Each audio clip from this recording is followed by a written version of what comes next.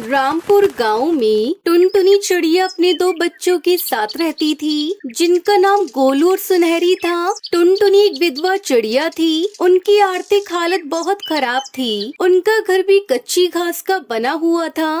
बेटा, तुम दोनों खाना खा लो, अब मैं अपने काम पर चलती हूँ। माँ, तुम खाना तो खा कर जाओ। नहीं बेटा, बहुत देर हो गई है। अगर और देर हो गई तो मालिक पैसे काट लेंगे। और गोलू, तू भी खाना खा ले और अपने काम पर चली जाना। और सुनहरी, आज तेरी स्कूल की छुट्टी है ना, तो तू आज पूरे घर की साफ सफाई अच्छे से कर लेना। ठीक है माँ, मैं कर लूँगी। टुनटुनी चिड़िया ने अपने बच्चों को काम समझाया और खुद अपने काम पर चली गई। टुनटुनी बहुत ही मेहनती थी। वो दिन भर ईंट भट्टी में मजदूरी का काम करती थी। टुनटुनी का बेटा गोलू भी बहुत ही मेहनती था। वो दिन भर हरिया तोता के ढाबे में काम करता रहता था।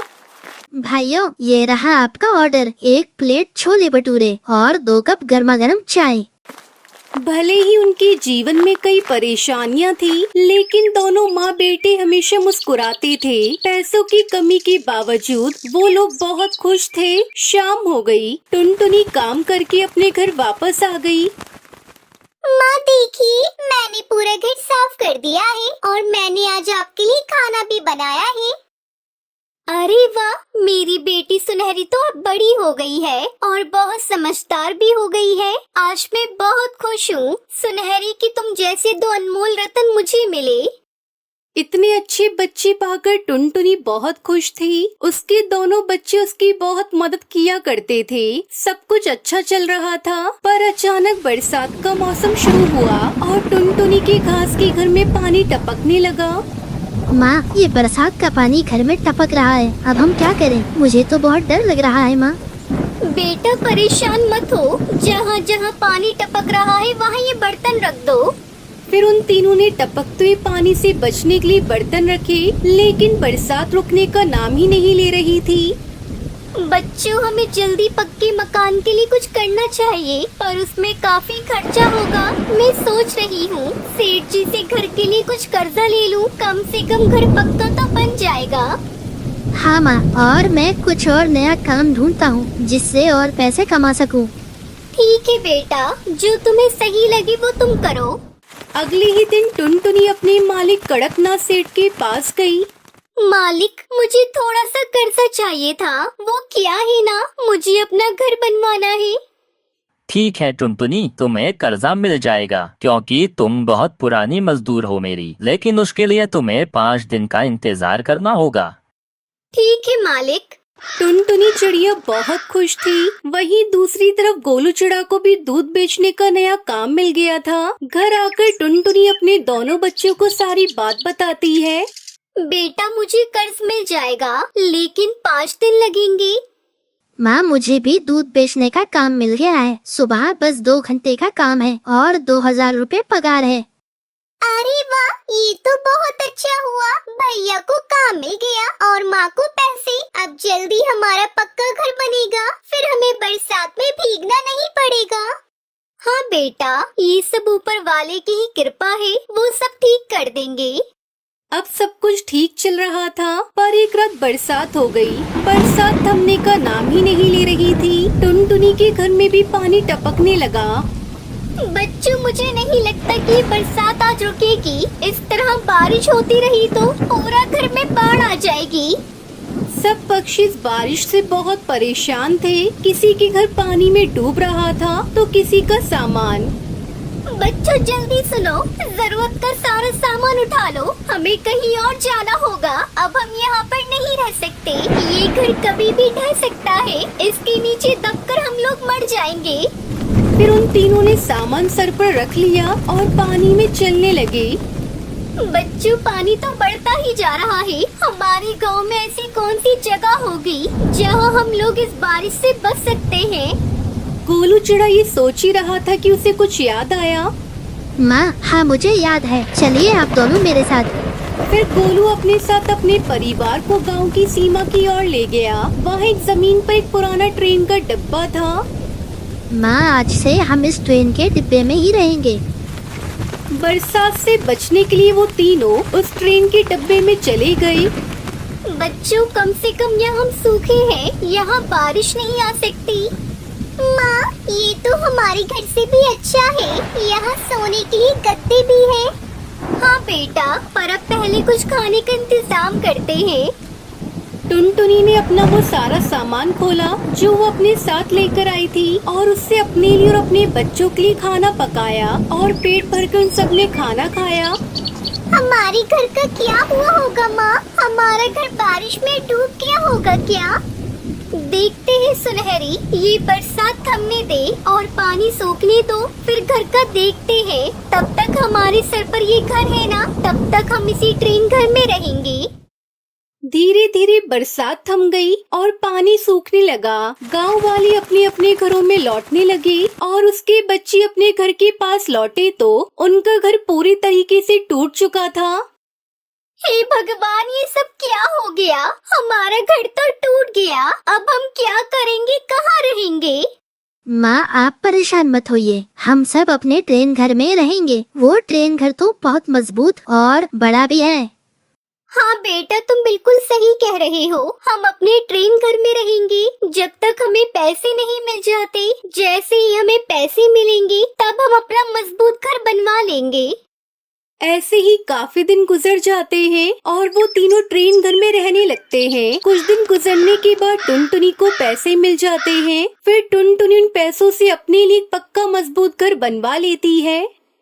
माँ ये तो बहुत अच्छा हुआ है और हाँ आखिर हमने पक्का घर बना ही दिया इस पर। माँ अगर हमें वह ट्रेन घर नहीं मिला होता तो क्या होता हमारा?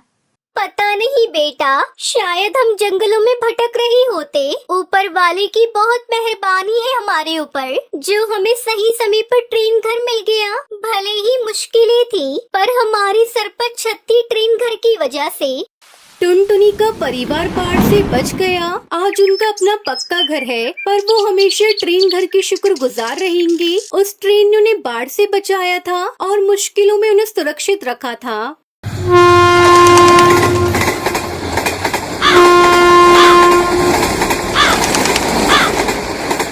शिमला के जंगल में टुनटुनी चिड़िया अपने पति कालू कौवे के साथ रहती थी। कालू कौवे ने टुनटुनी से प्रेम विवाह किया था, जिसके चलते उनके घर वाले उन्हें अपने घर से निकाल चुके थे। अब हम लोग कहाँ जाएंगे जी? हमारे घर वालों ने तो हमें घर से बाहर निकाल दिया। आपके पास तो अभी कोई काम भी नहीं है, कहाँ रहेंगे हम लोग और क्या खाएंगे?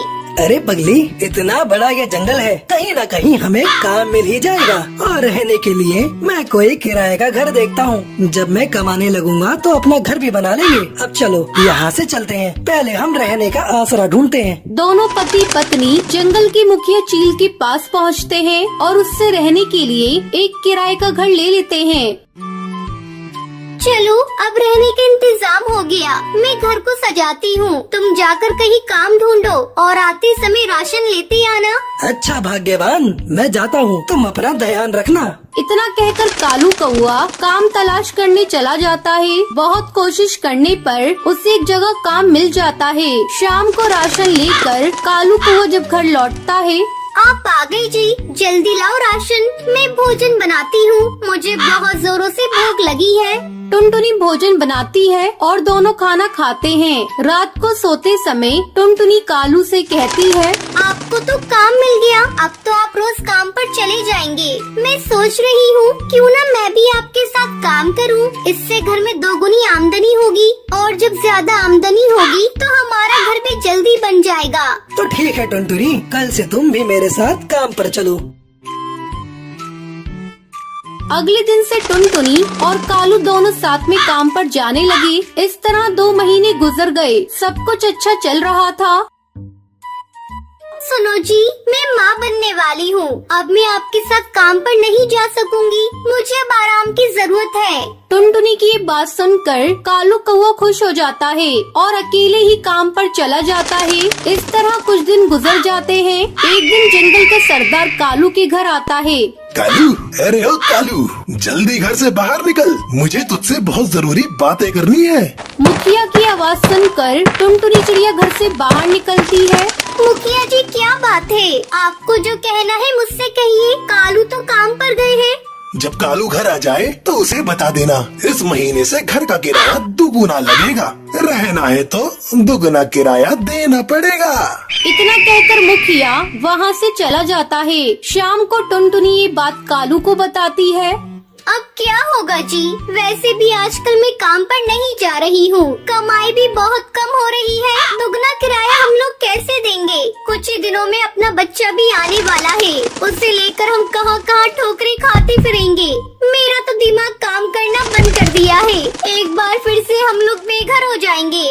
टुनटुनी तू माँ बनने वाली है, तू इतना चिंता मत किया कर। तेरे और बच्चे दोनों के सेहत के लिए अच्छा नहीं होगा। रात हो गई है, कल सोचेंगे क्या करना है। फिर दोनों पति पत्नी सो जाते हैं। अगली सुबह कालू काम पर जा रहा था। वो उस समय बहुत परेशान था। उसे कुछ समझ में नहीं आ रहा था कि अब वो अपनी पत्नी को लेकर कहाँ जाएगा। इसी परेशानी में कालू कौआ अपना रास्ता भटक जाता है और एक पुरानी रेल की पटरियों के पास आ जाता है। अरे ये क्या, मैं तो अपना रास्ता भटक गया। थोड़ी देर आराम कर लेता हूँ, फिर आगे चलता हूँ। ऐसा सोचकर कालू कौआ एक पुरानी खंडर पड़ी रेल के डिब्बे के अंदर जाकर बैठ जाता है। उस रेल के डिब्बे की हालत खराब होने के कारण वो अब इंसानों के इस्तेमाल में नहीं थी। अरे ये रेल डब्बा तो बहुत पुराना है और बिल्कुल खाली पड़ा है। क्यों ना हम लोग इसी में अपना घर बना कर रहे। मैं अभी जाकर टुनटुनी को बताऊंगा। फिर कालू कौआ वहाँ से खुशी खुशी चला जाता है। शाम को जब वो घर लौटता है तो टुनटुनी को रेल के डिब्बे वाली बात बताता है। अगले दिन वो टुनटुनी और अपने सामान को लेकर उस डिब्बे के पास आता है। फिर दोनों पति पत्नी उस रेल के डिब्बे में घर बनाकर रहने लगते हैं।